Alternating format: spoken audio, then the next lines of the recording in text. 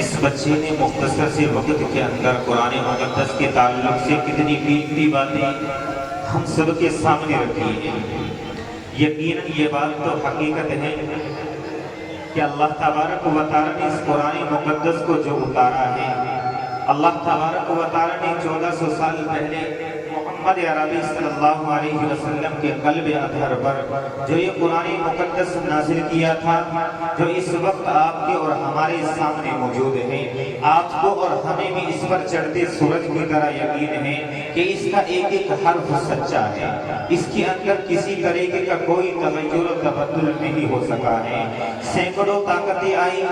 سینکڑوں لوگ آئے اور نہ جانے کتنے حضرات آئے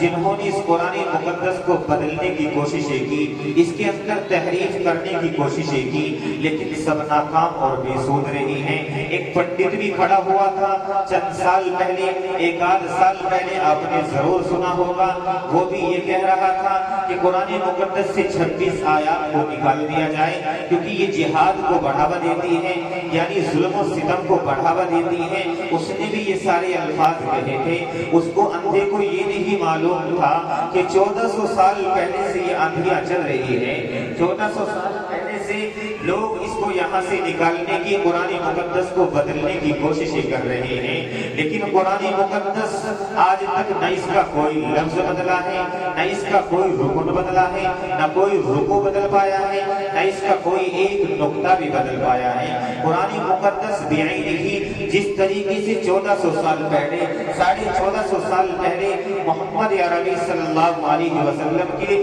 قلب اطہر پر اترا تھا، آج بھی بعینہ ہمارے سامنے اسی طریقے سے محفوظ ہیں۔ جس طریقے سے لوح محفوظ کے اندر اللہ نے قرآن مقدس کو محفوظ کر رکھا ہے، اللہ تبارک و تعالیٰ کے حکم سے یہی بات دیگر حفاظ کرام تیار ہوتے چلے آئے ہیں، اور ان کے ساتھ ساتھ حفاظ کرام کی یہ فہرست آپ کے سامنے آتی جاتی رہتی ہے۔